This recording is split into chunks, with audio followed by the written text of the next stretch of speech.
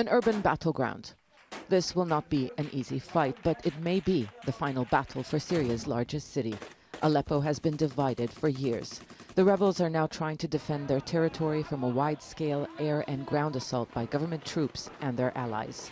A front line cuts through what was once Syria's economic capital, and along it there has been fierce fighting. Years of conflict have turned much of this once thriving city into a wasteland, particularly the districts close to the front lines. There's hardly anyone left in the district. Only 2 or 3 families stay here. The water and electricity has been cut off for over a year now. The ground offensive was launched from 4 main fronts. The opposition has lost ground in the northern part of its enclave as government troops and their allies try to push further south. They are also trying to advance from 2 positions in the west.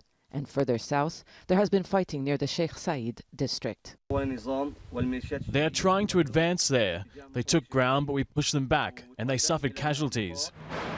It's not clear if the rebels who have been besieged for weeks can hold their ground, and it is not clear if the government will be able to win in what could be a long war involving street-to-street fighting.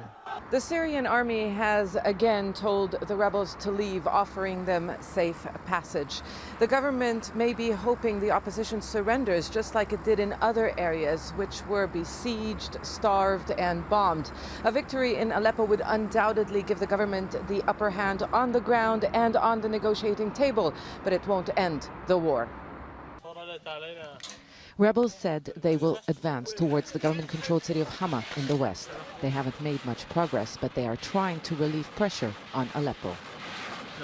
We are preparing rocket launchers to hit the regime's military airport in Hama. This is retaliation for the regime attacks on the innocent civilians in besieged East Aleppo. We promise civilians there that we'll never abandon them.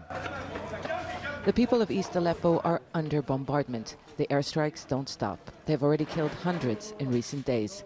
The UN says urgent action is needed to end what officials say is the living hell. But the pro-government forces are tightening the siege, pushing forward and giving the 270,000 people trapped the choice to surrender or die. Zeina, Khodr, Jazeera, Gaziantep.